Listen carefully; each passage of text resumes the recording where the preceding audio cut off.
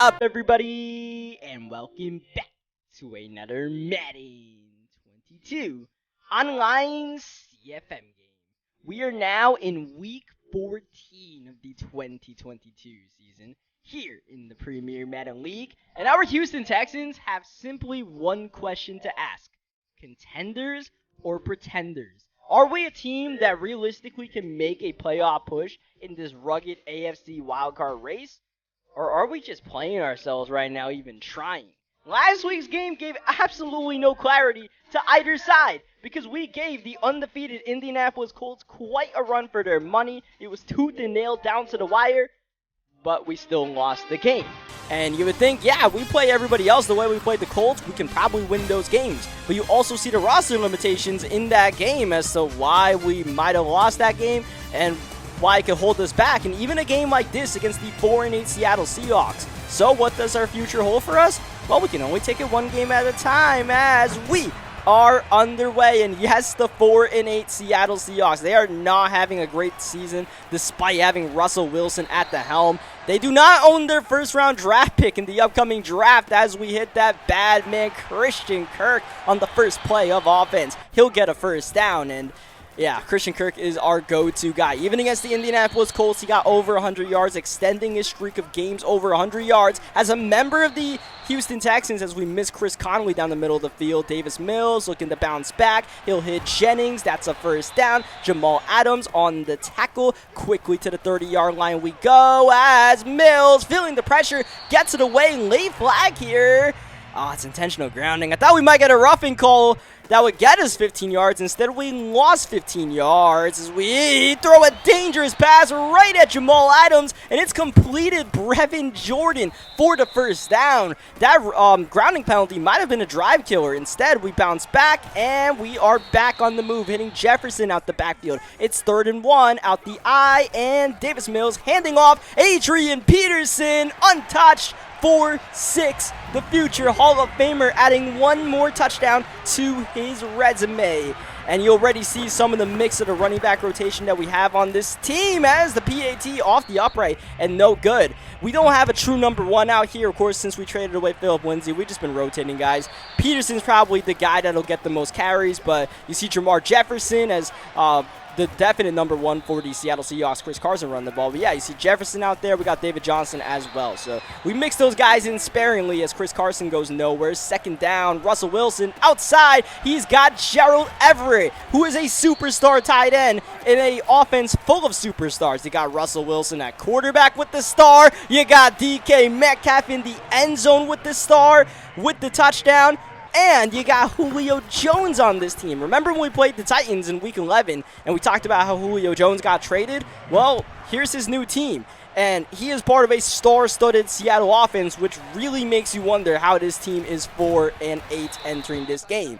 And yeah, we tried to play DK Metcalf just manned up right there, and that was just not a good idea. We had Lonnie Johnson guarding DK Metcalf, and I mean, that's probably one of the easiest touchdowns Seattle has had all season. Whoa, that was an easy chance at a pick, but thankfully it's incomplete, so 2nd down, Davis Mills.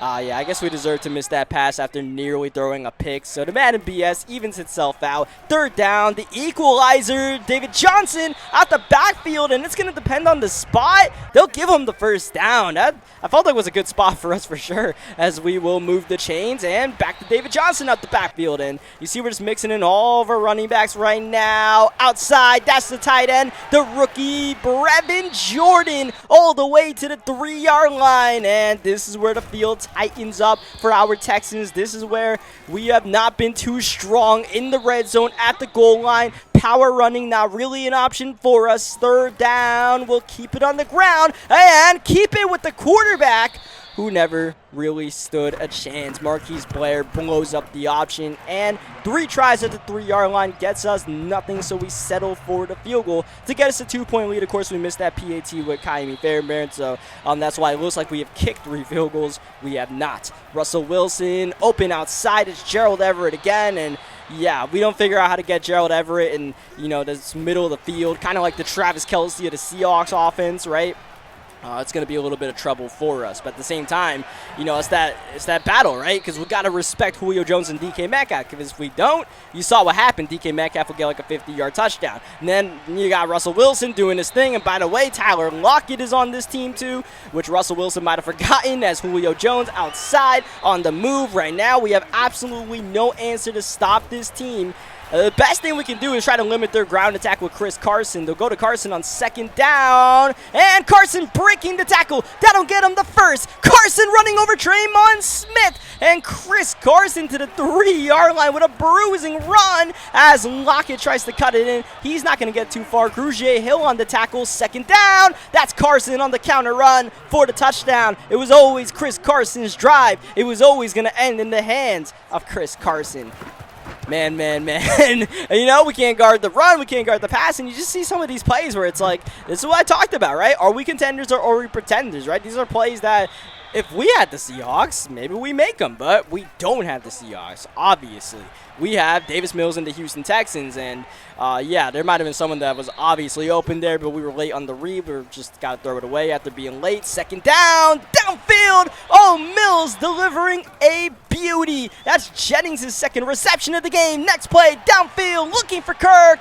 Ball gets away, and it's intercepted by Marquise Blair. And Christian Kirk never really got separation on that one. I kind of just threw him a one-on-one ball, except Kirk never got there. It might have been an overthrow. Just wasn't a good throw at the end of the day, and we got picked off. So that'll be a drive killer right there. And the Seahawks are at their own 3-yard line. That could easily be a drive killer, but they're able to hit Trey Burton right there, and that should get Russ out of his own end zone. 2nd down and 6. Wilson, middle. Got him. It's Lockett. A 1st down and a whole lot more to the 42-yard line. And once again, this Seahawks offense on the move. And now all of a sudden, our inability to tackle Chris Carson is showing up. And this is the same rushing defense that gave up big games to the likes of Marlon Mack and Jeremy McNichols, with teams that have Jonathan Taylor and Derrick Henry. So, yeah, we're definitely going to get bruised by Chris Carson if they keep running the ball, as Julio Jones gets the reception. Here's DK Metcalf on the sweep, battling Gary and Conley out of bounds, nearly getting the 1st down. That'll take us to the 2-minute warning, and 2nd down and inches. They might have overdone it right there, running the read option. Next thing you know, it's 3rd down and 3, split backfield for Wilson. He's looking to pass, middle, got him, easy, Carson, watch out, he is blasted. Monte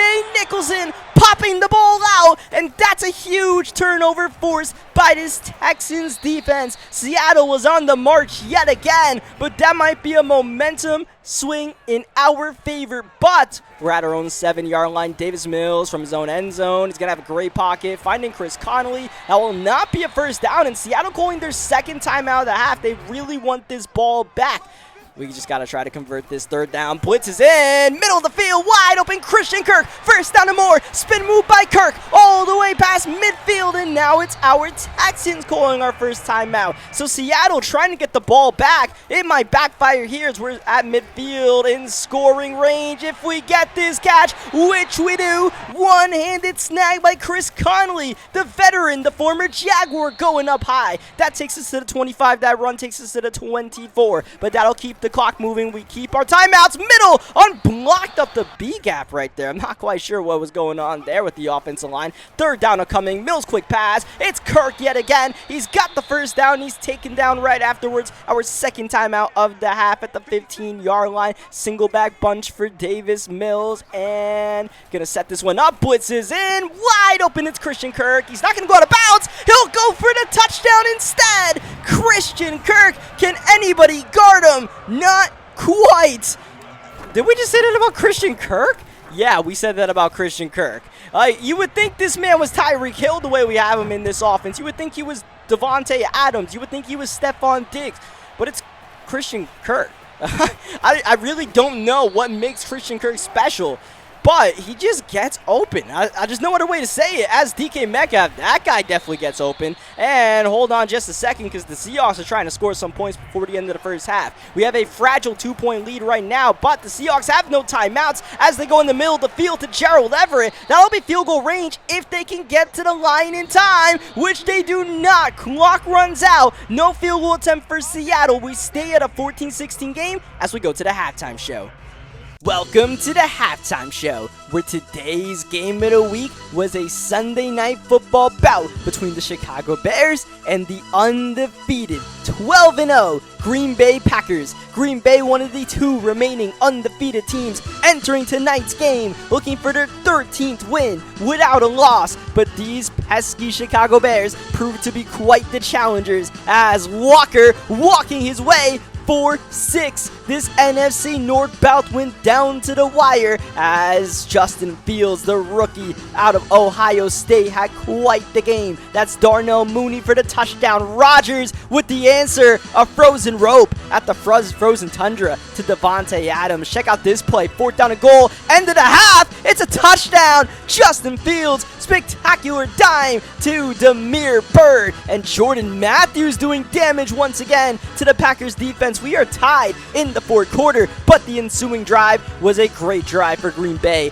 Aaron Jones give them the lead, but what an answer from Justin Fields once more, connecting with Jordan Matthews. It's a tie game, and it's up to Aaron Rodgers to try to win it in regulation. Rodgers in a good position to win the game, but not for the Packers, but maybe for the Bears. Eddie Jackson to the crib for the lead. A stunner here at Lambeau Field, and Rodgers with a last-ditch effort connects with Eddie Jackson again, and the undefeated dream is crushed by the Chicago Bears. Wow. As we go to the rest of the league action, here's another rivalry game in the AFC North. This one was all Baltimore. Lamar Jackson downfield, Hollywood with the touchdown, and the Ravens running away with the AFC North. You want another division game? Here we go. Late in the going. That's the fullback Cox with the go-ahead touchdown. Tannehill leads the team down to set up a field goal for overtime. It's good. And in overtime, Derrick Henry was the king of the court. On fire, unstoppable. His 5th touchdown of the game was the decider, and the Titans sweep the season series. Downfield, Chase Claypool making him look silly. Harrison Smith, though, don't worry, he'll get his later on. Oh man, Harry the Hitman, he'll steal the thunder of the Pittsburgh Steelers and put the Vikings back over 500. A big bout between the Lions and the Broncos early on. Denver spinning and winning. Tim Patrick with the touchdown, and the answer back, here's Marquise Goodwin. Touchdowns were put together by both teams, but this touchdown was pivotal because this was Brett Hundley connecting with the wrong team. That's Fuller, and he'll go, whoa, journaling in for 6, and the Broncos pop it open in the second half. They continue their winning ways. Meanwhile, Daniel Jones and the upset-minded New York Giants on the road, but they'll just be flat out upset by this final result as Austin Eckler in the open field. Chargers on their way to a pivotal win in their playoff push in the AFC Conference. Meanwhile, Trey Lance will not be helping the 49ers in their chances of making the playoffs in the NFC. That is an upset win by the Cincinnati Bengals. There's no upset here. This is all LA all day. Deshaun Jackson from Warford, I believe, the quarterback. That's a touchdown. I don't know what the Jets thought they were doing today, but they were not ready for this one. Zach Wilson with an absolute stinker. The Saints defense having quite the day. Falcons defense not too shabby themselves. Nice user pick. That'll go for 6, and the Falcons blow out the Carolina Panthers. And finally, we have perhaps the upset of the season as the Tampa Bay Buccaneers, with an under 500 record entering this game, absolutely demolish the Buffalo Bills. 7 interceptions from Trubisky.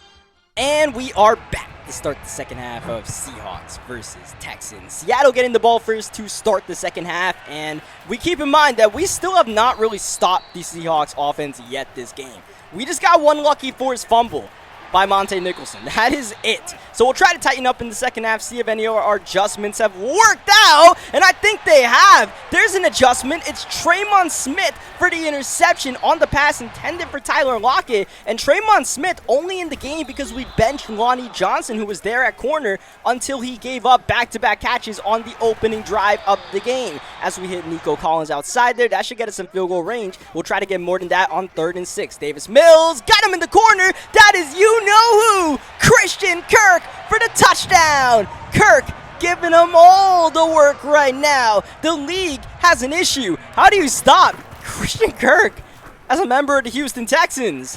What a couple of games we are having with Kirk, and you know, we talk about who is going to be on this team next year. There's not a lot of guys that we can carry over into next season and really feel confident in. Christian Kirk is definitely one of them. We got him at the trade deadline, right? We didn't have to make that trade. We might have overpaid for Kirk, but at the end of the day, we might have underpaid for him. I don't know. Now all of a sudden it's 3rd down and 6, and our defense is starting to feel it just a little bit. Russell Wilson, he'll lob it. It's Metcalf, and once again, Tremon Smith making winning plays for this team. And Tremon Smith is like a 66 overall cornerback, but he's playing the game of his career right now, and he's also on the return as well. Tremon Smith doing a little bit of everything. Is he on offense? No. Davis Mills is, and Davis Mills, he wants Kirk!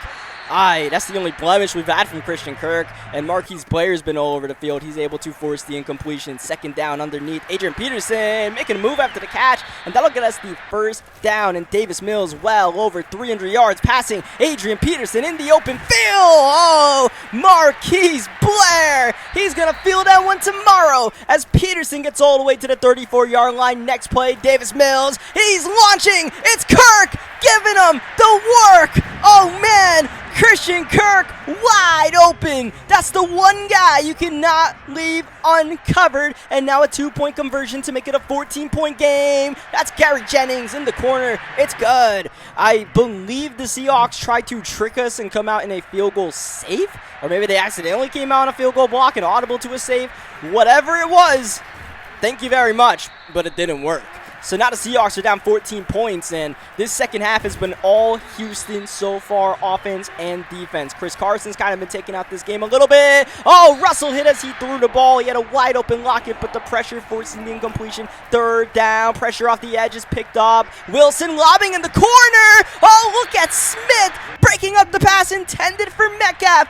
Beautiful play by the defensive back, in the Seahawks on the field. 4th and 2 from their own 37. Russell, great pocket. Up high, it's Lockett. Easy pitch and catch. No pressure on Russell Wilson to make that throw. Now the Seahawks bouncing back. Downfield, Julio.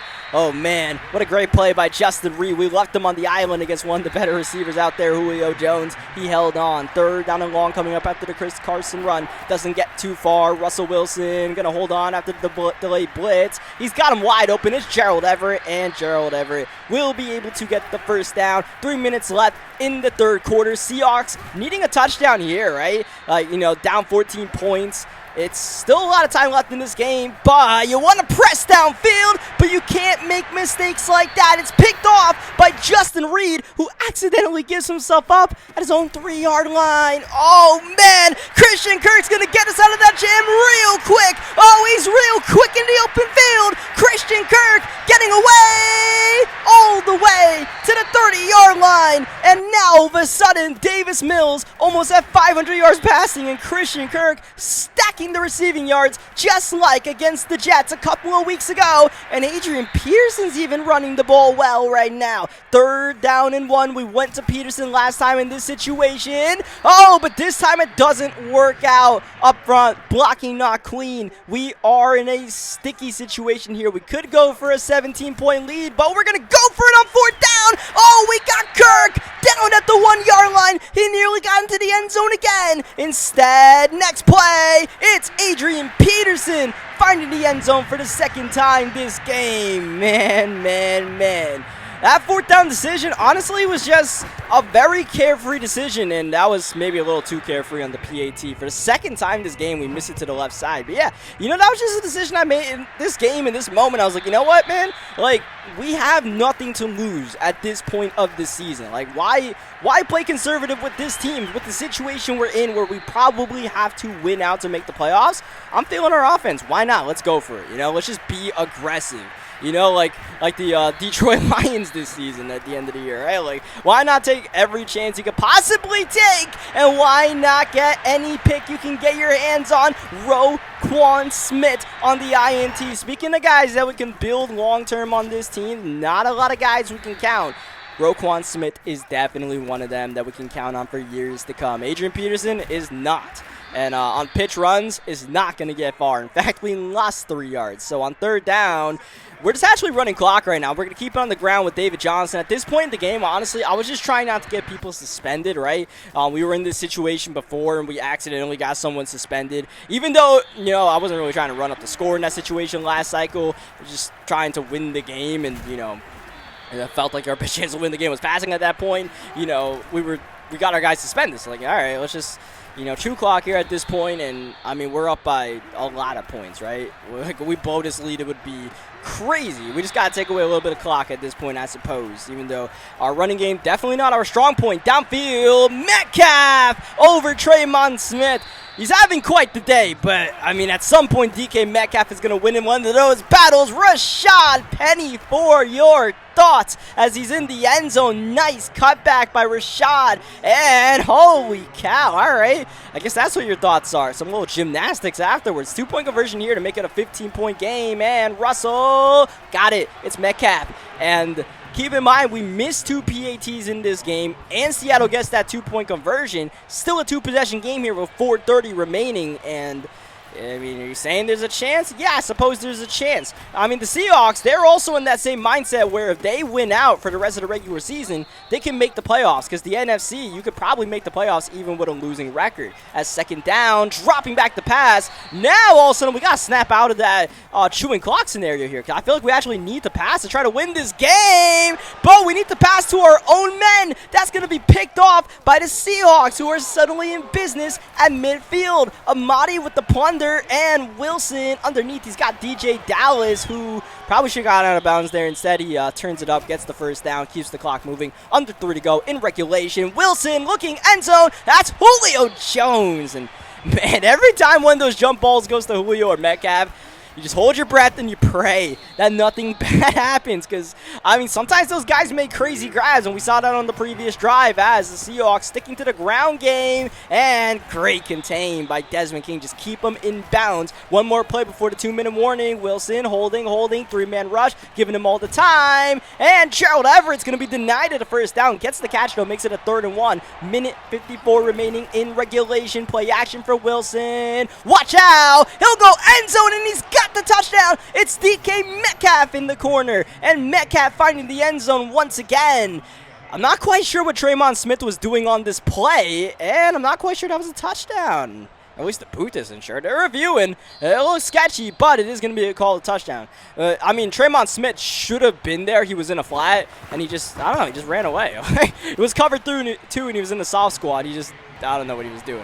I said he's a 67 overall corner, but let's focus on the fact that it's a 1-possession game now. It's an 8-point game. Seattle has all their timeouts. They are very much in it to win it right now, or very much in it to tie it. So we got to try to get this one first down to try to put this game away. 2nd down and 6. Tim Tebow in the game. Interesting. Tebow getting the ball. Tim Tebow getting a couple of yards, and Seattle calling their 2nd timeout. So this is the game for the Seahawks. Can they get this stop? Can they get off the field on 3rd down? Davis Mills dropping back the pass, going for Collins. Nico Collins, the rookie, can't make the catch. It would have been a tough grab to ask, but he's not able to hold it in. So the Seahawks will get a chance here as Tyler Lockett tackled down at the 17-yard line. Russell Wilson has to lead the offense, 83 yards downfield. He'll look for a big one. That's Metcalf. It's picked off. It's Monte Nicholson on the interception, and that'll put this game away. Monte Nicholson skying high for the grab.